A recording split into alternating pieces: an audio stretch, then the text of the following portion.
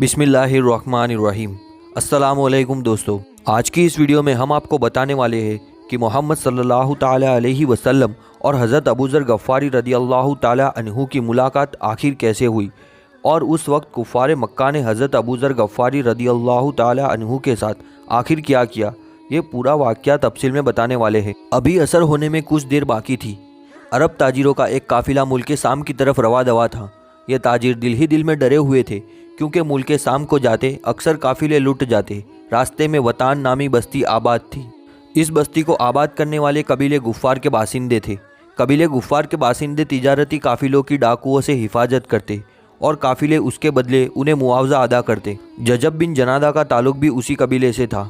उन्हें बहादुरी और दूरंदेशी में खास मुकाम हासिल था। जंदब उन लोगों में शामिल थे जिन्हें इस बात का एहसास था कि उनका असली मजहब वो था जो हज़रत इब्राहीम अलैहिस्सलाम ने समझाया था।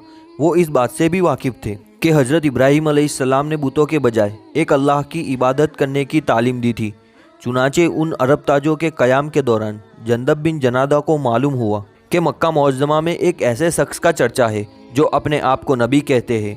जंदब को पहले भी कुछ इस तरह की खबरें मिल चुकी थी। अब काफ़िले वालों से उनकी तस्दीक हुई तो उन्होंने अपने भाई अनीस से कहा, तुम मक्का मुअज़्ज़मा की ओर कूच करो और वहाँ जाकर तमाम हालत का जायज़ा लेना जो उस वक्त वहाँ हो चुके हैं। खास तौर पर यह पता करना कि उस नबी की दावत क्या है। उस हुक्म की तामील में अनीस फ़ौरन मक्का मुअज़्ज़मा की तरफ रवाना हो गए।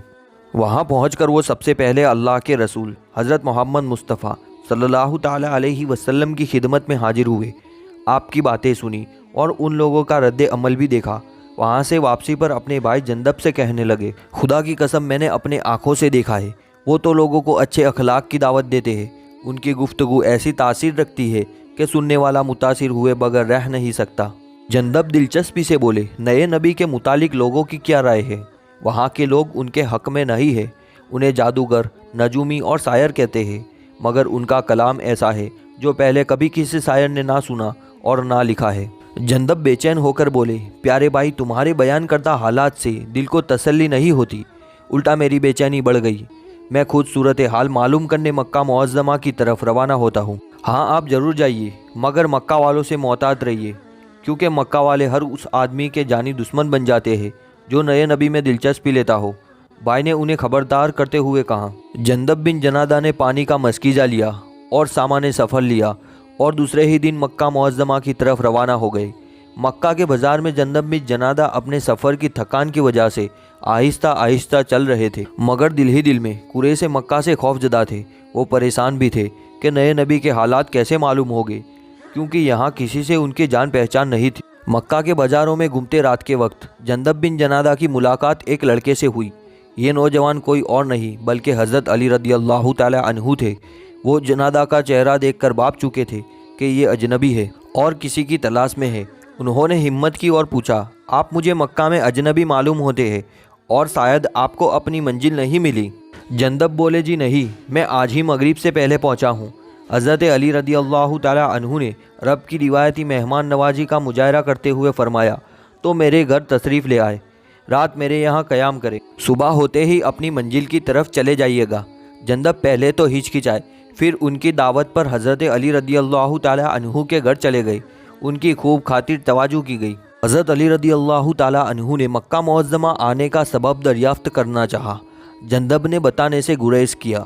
सुबह हुई तो अपना सामान लेकर फिर मक्का के बाज़ारों में हालात का जायज़ा लेने निकले, मगर दूसरा दिन भी यूं ही गुजरा। रात के वक्त फिर हज़रत अली रदियल्लाहु ताला अन्हु उन्हें घर ले आए। मेहमान नवाजी के दौरान हज़रत अली रदियल्लाहु ताला अन्हु ने पूछा, आपने मुझे अपने मक्का आने का मकसद नहीं बताया।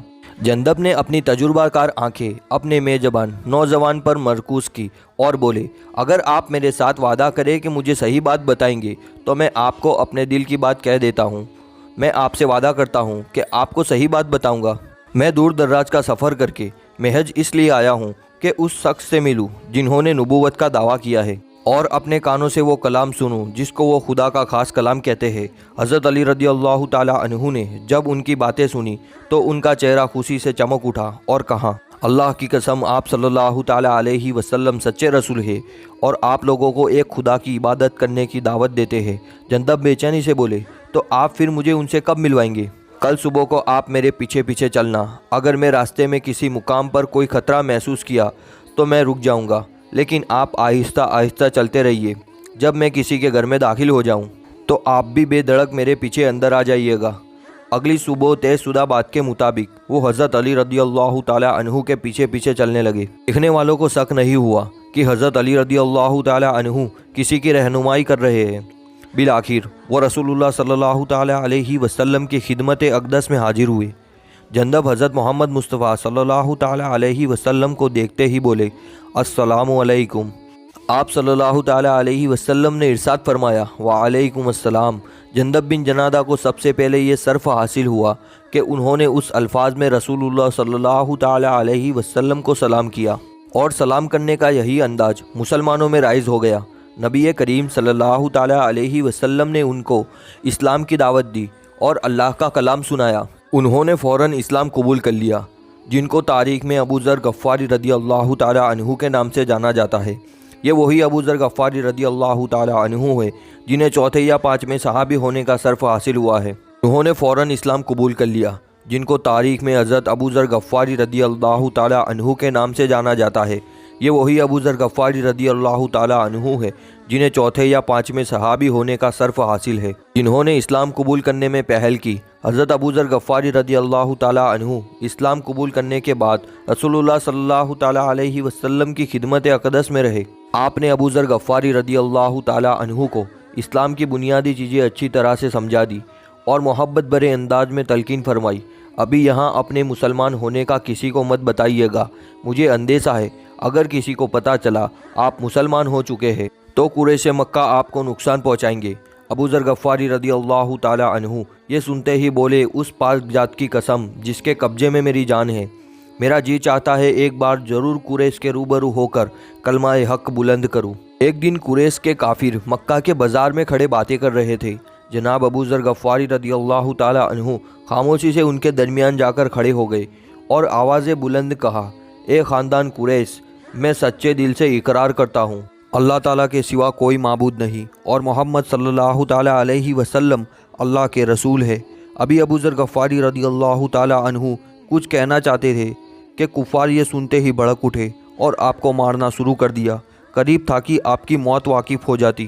عباس بن عبد المطلب حضرت محمد مصطفیٰ صلی اللہ تعالیٰ علیہ وسلم کے چچا آئے اور کہا، کیا تم ایسے شخص کو قتل کرنا چاہتے ہو جو قبیلہ غفار سے تعلق رکھتا ہے؟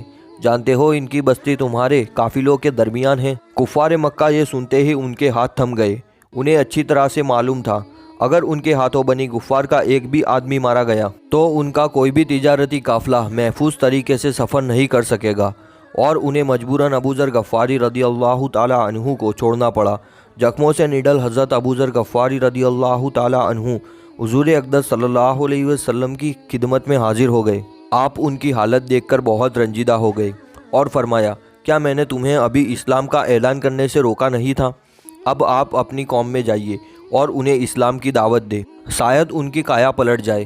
حضرت ابو ذر غفاری رضی اللہ تعالیٰ عنہ اپنے قبیلے میں آئے، سب سے پہلے اپنے بھائی انیس کو تمام حالات بتائے، وہ بھی مسلمان ہو گئے۔ اپنی والدہ کو اسلام کی دعوت دی، وہ بھی مسلمان ہو گئی۔ ان کے دیکھا دیکھی قبیلہ غفار کے تمام لوگ مسلمان ہو گئے۔ جب نبی کریم صلی اللہ تعالیٰ علیہ وسلم نے اللہ کے حکم سے مدینہ کی ہجرت کی تو حضرت ابو ذر غفاری رضی اللہ تعالیٰ عنہ مدینہ منورہ تشریف لے گئے اور رسول اللہ صلی اللہ تعالیٰ علیہ وسلم کی خدمت اقدس میں رہنے لگے۔ جب رسول اللہ صلی اللہ تعالیٰ علیہ وسلم اس دنیا سے پردہ فرما گئے تو جناب ابو ذر غفاری رضی اللہ تعالیٰ عنہ بے چین رہنے لگے، کیونکہ مدینہ طیبہ اللہ کے رسول صلی اللہ علیہ وسلم سے خالی اور آپ سے محروم ہو چکا تھا۔ ابو ذر غفاری رضی اللہ تعالیٰ عنہ ملک شام کی طرف کوچ کر گئے۔ بعد عذاب ایک بستی میں مدینہ کی قریب آباد ہو گئے اور یہیں پر 32 ہجری میں آپ نے انتقال فرمایا۔ آپ کی تعریف میں رسول اکرم صلی اللہ تعالیٰ علیہ وسلم نے فرمایا، زمین اور آسمان نے آج تک ابو ذر غفاری رضی اللہ تعالیٰ عنہ سے بڑھ کر کوئی سادی کے دل نہیں دیکھا ہوگا۔ ایسی ہی ویڈیوز کے لیے ہماری چینل کو سبسکرائب کرنا نہ بھولیں۔